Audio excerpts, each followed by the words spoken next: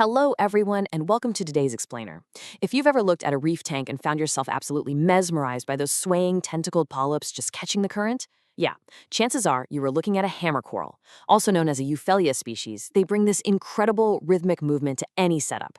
But underneath all that beauty, they do have some pretty specific needs. So, in this explainer, we're going to break down exactly what it takes to master their care requirements so you can make them the absolute centerpiece of your aquarium. All right, here is our game plan for today. We'll start with the secret of stability, then move right into perfect placement and flow.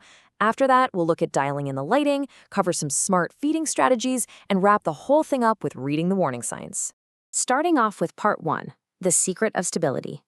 Okay, let's dive into this foundational rule that basically dictates everything else we're going to talk about today. Our source material makes it crystal clear. Like many stony corals, it rewards stability. What does that actually mean for us?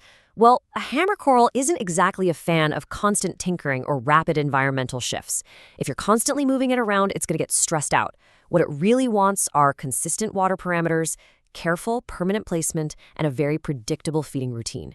If you can provide that stable, trustworthy environment, this coral will absolutely flourish and reward you with some incredible visual appeal.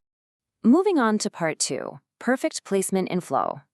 So figuring out where to put this coral is actually incredibly high stakes, largely because of its deceptively aggressive nature. See, hammer corals have what are called sweeper tentacles. These are these extra long tentacles used specifically for stinging protection and aggressive competition for space. They look like these beautiful, delicate waving hands, but honestly, they act way more like tiny underwater bouncers, just aggressively keeping the neighbors away. Because they're so sensitive to contact, you absolutely must give them a wide buffer zone. You're not just giving the hammer coral room to physically grow and spread out, you're literally creating a safe zone for your other corals so they don't get stung by those sweepers. Now, once you've found that perfect, spacious spot, we've got to talk about water flow. Think of this as a classic Goldilocks scenario. If you blast the coral with direct, high turbulence jets, you're going to severely stress the polyps as they get whipped against the rockwork. Nobody wants that. But on the flip side, if you give it too little flow, the coral can't clear away the particles settling on it, which leads to poor expansion. So what's just right? You want to aim for moderate, indirect flow. The ultimate goal here is to provide just enough water movement to make those beautiful tentacles sway and clear away debris without pinning them down. Let's shift gears to part 3, dialing in the laying. Now, what's really interesting about this slide is that finding the ideal lighting intensity is all about patience. You absolutely cannot just drop a new hammer coral into blinding intense light and expect it to be happy. Instead, you want to start by putting it in a spot with lower light, or maybe some strong indirect ambient light. From there, you just slowly increase that intensity over a period of days or even weeks. This gradual acclimation is a real game changer because it prevents catastrophic shock, bleaching, and tentacle retraction. As you slowly ramp up that light, just keep a close eye on it, monitoring for fuller polyp extension. If it's opening up beautifully, you know you're keeping its stress incredibly low. Which brings us to part 4, smart feeding strategies. All right, we've covered physical space, flow, and lighting. Now let's talk about ongoing maintenance. Do you really need to feed your hammer coral, or does the aquarium water basically do the whole job for you? Well, the short answer is that while the coral absolutely can capture nutrients from the water passing over its tentacles, supplemental feeding is highly, highly beneficial. According to our source material, targeted feeding heavily supports the coral's growth, especially if you're running a system with a low particulate load.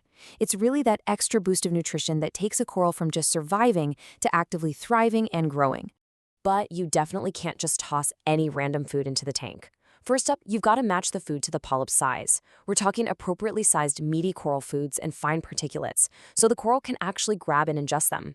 When you're just starting out, keep the supplementation infrequent and simply observe how the polyps respond. If those tentacles extend and stay open, your feeding size and frequency are probably spot on. But if the coral closes up tight or looks irritated, back off a bit.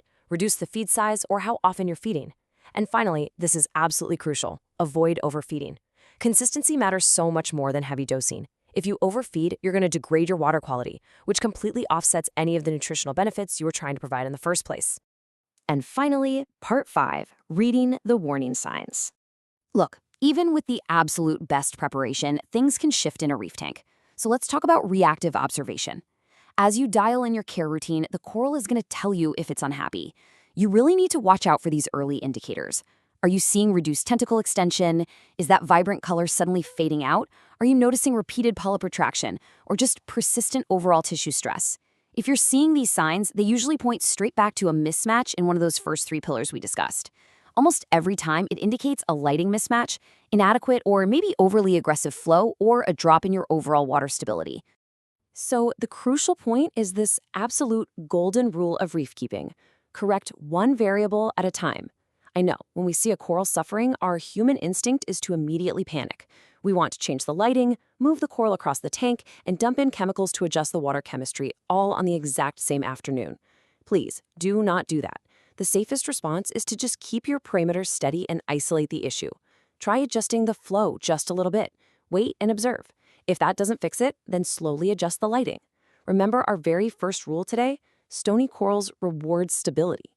Changing everything at once just causes massive stress, and honestly, it makes it completely impossible to figure out what the actual problem was to begin with. By understanding the unique mechanics of this really remarkable species, you are totally setting yourself up for success. If you're new to keeping euphilia, just remember to prioritize that gradual acclimation and give them plenty of space away from their neighbors right off the bat. From there, you can fine-tune the flow and dial in that feeding once the coral is consistently extending its polyps. If you master these three pillars, placement, lighting, and feeding, while truly respecting its need for stability, this coral is going to become a breathtaking centerpiece in your aquarium. And, it really makes you wonder, if one single coral demands this level of intricate, balanced care just to survive in our homes, how incredibly delicate and complex must our wild ocean reef ecosystems truly be? Thank you so much for joining me for this explainer, and happy reefing.